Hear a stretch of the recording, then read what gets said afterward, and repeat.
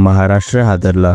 उपमुख्यमंत्री अजित पवार यांच्या निधनाच्या शहाद्यावर गंभीर परिणाम. सर्व शासकीय कार्यालयांना दुखवट्याची टाळी. कामकाज पूर्णपणे ठप्प.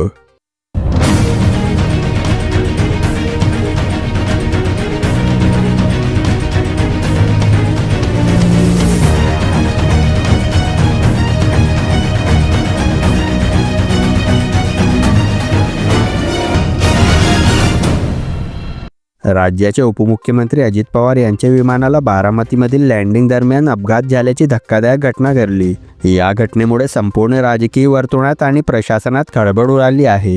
त्यांच्या निधनामुळे संपूर्ण राज्यात शोककळा पसरली आहे. या दुःखद घटनेचे तीव्र पडसाद नंदुरबार जिल्ह्यातील शहादा तालुक्यात उमटले असून शहादा येथील सर्व शासकीय कार्यालयाचे दुखवट्याच्या कारणास्तव पूर्णतः बंद ठेवण्यात आले.